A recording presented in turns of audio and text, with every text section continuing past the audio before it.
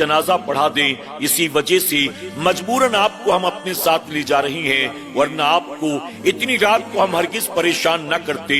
इमाम साहब कहते हैं कि ठीक है, अगर तुम वाकई जिन्नात हो और तुम्हारे भाई की ख्वाहिश थी कि मैं उसकी नमाजे जनाजा पढ़ाऊं, तो मैं नमाजे जनाजा पढ़ाने से इनकार तो नहीं कर सकता, लेकिन मेरे बुढ़ापे का, मेरी उम्र का तो जरा लिहाज रखो। तुम इतनी तेजी के साथ चल रहे हो, मैं तुम्हारी बराबरी कर ही नहीं पाता, कुछ आहिस्ता आहिस्ता चलो। इसके बाद वो तीनों कहते हैं आपको डरने और घबराने की कोई जरूरत नहीं है, हमारी आबादी अब करीब आ चुकी है। इमाम साहब ने नजर उठाकर देखा, दूर दूर तक सिवाय सन्नाटे और अंधेरे के कुछ भी नजर नहीं आता था। वो तीनों फिर आगे चल पड़े। इमाम साहब के पास अब कोई और रास्ता न था। इमाम साहब मजबूरन आहिस्ता आहिस्ता उन तीनों के पीछे पीछे चल पड़ते हैं। कुछ दूर जाने के बाद वो तीनों ठहर जाते हैं और ठहरने के बाद इमाम साहब से कहते हैं, लो हमारी आबादी आ गई। अब इमाम साहब ने जब नजर उठाकर देखा तो आप देखकर हैरान रह गए। जहां दूर दूर तक अंधेरा और सन्नाटा पसरा हुआ था, इमाम साहब ने देखा एक मैयत बिल्कुल तैयार रखी हुई है और उसके पीछे जहां जहां तक नजर जाती है लोगों की सफे लगी हैं। इमाम साहब आगे बढ़ते हैं, आपको जनाजे के करीब खड़ा कर दिया जाता है। आप पूछते हैं इसका वली कौन है? वली ने इजाजत दे दी। अब इमाम साहब उस मैयत की नमाजे जनाजा पढ़ाते हैं। तमाम लोग जो वहां सफों में मौजूद थे, सब ने इमाम साहब के पीछे उस जिन की नमाजे जनाजा को अदा किया। अब अदा करने के बाद वो लोग मैयत को उठाने की तैयारी शुरू करते हैं। वो लोग जो इमाम साहब को उनके गांव से बुला कर लेकर आए थे, उनमें से वही आदमी जो अब तक गुफ्तगू कर रहा था, वो आगे बढ़ता है। आगे बढ़ने के बाद अपनी जेब से कुछ कोयले के टुकड़े निकालता है और अपने हाथ को इमाम साहब की तरफ बढ़ा देता है और कहता है कि हजरत आपका बहुत बहुत शुक्रिया, आपने मेरे भाई की ख्वाहिश को पूरा कर दिया। अगर मेरे भाई की ये ख्वाहिश न होती, हम इतनी रात को और इस उम्र में आपको परेशान न करते। बहरहाल अगर हमसे कोई गलती हो गई तो हमें माफ कर दें, यह आपका नजराना है। ये कहकर वो अपनी मुट्ठी को इमाम साहब के सामने खोल देता है। उस मुट्ठी के अंदर सिवाय कोयले के चंद टुकड़ों के और कुछ न था। इमाम साहब ने जब देखा कि नजराने के तौर पर ये मुझे कोयला दे रहा है, तो इमाम साहब को समझ में नहीं आया लूं या इनकार कर दूं।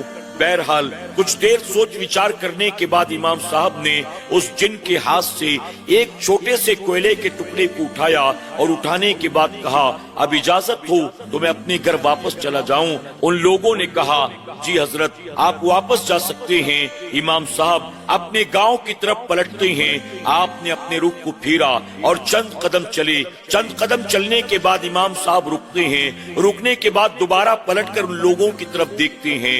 अब इमाम साहब ने जब दोबारा पलटकर उस तरफ देखा तो उनकी आंखें फटी की फटी रह गई। दूर दूर तक सिवाय सन्नाटे और अंधेरे के कोई नजर नहीं आता था। अभी इमाम साहब ने चंद सेकंड पहले जहां जनाजा पढ़ाया था, आपने जहां हर तरफ लोगों के हुजूम को देखा था, अब वहां कोई एक भी नजर नहीं आता था। सिर्फ ठंडी हवाओं के झोंके चल रहे थे।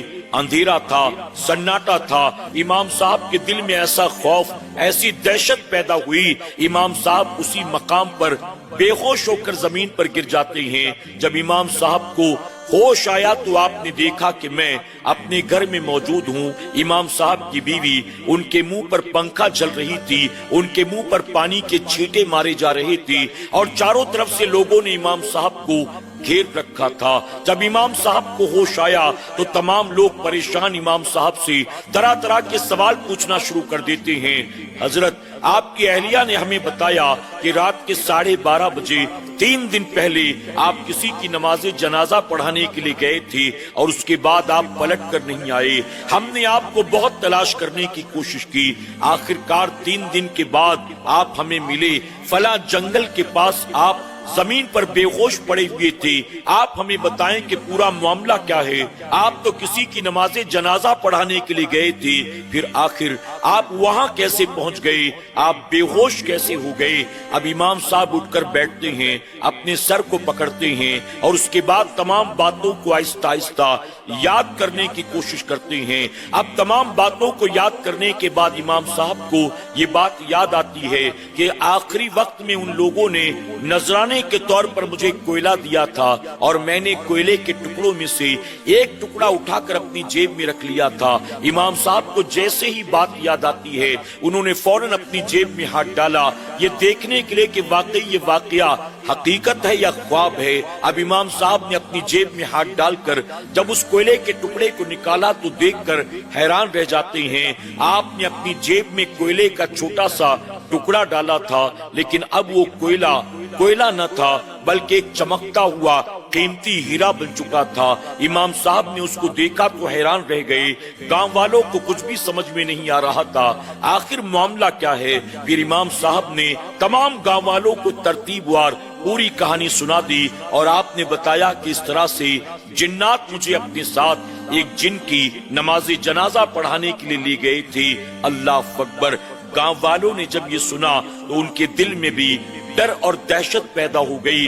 گاؤں والے یہ کہنے لگے یہ تو آپ ہیں, عالم دین ہیں, آپ ہیں مسجد کے امام ہیں, دیندار ہیں, اللہ نے آپ کی حفاظت کی. آپ کی جگہ ہم میں سے اگر کوئی ہوتا تو شاید وہ زندہ بھی واپس نہ آتا. امام صاحب نے اللہ کا شکر ادا کیا. سبحان اللہ. ناظرین اکرام, ہمیں اور آپ کو اس واقعے سے پتہ چلتا ہے کہ جو لوگ قرآن مقدس کی تلاوت واقعی دل سے کرتے ہیں ان کے قرآن کی تلاوت کو صرف سننے والے انسان ہی نہیں بلکہ جنات بھی پسند کرتے ہیں, اور جنات اتنا پسند کرتے ہیں کہ وہ ان کے مرید بن جایا کرتے ہیں, ان سے محبت کرنے والے بن جایا کرتے ہیں. اور جب جنات کسی نیک انسان سے, عالم دین سے, حافظ قرآن سے یا کسی تقوی والے انسان سے محبت کرنے لگ جائے تو پھر وہ انہیں کبھی زندگی میں نقصان نہیں پہنچاتے بلکہ وہ ان کے دوست بن جاتے ہیں اور ہمیشہ ان کا ساتھ دیتے ہیں. امید کرتے ہیں کہ آج کی ہماری یہ کہانی آپ کو ضرور پسند آئی ہوگی. اگر آپ بھی اس طرح کی کوئی کہانی جانتے ہیں کمنٹ باکس میں ضرور لکھیں. ممکن ہے کہ آپ کی وہ کہانی ہمارے ذریعے ناظرین اکرام تک پہنچائی جا سکے. اپنا اور اپنوں کا خوب خیال رکھیں. اللہ تبارک تعالیٰ آپ سب کے علم میں, عمل میں, اخلاص میں, رزق میں خوب برکتیں عطا فرمائے. آمین یا رب العالمین.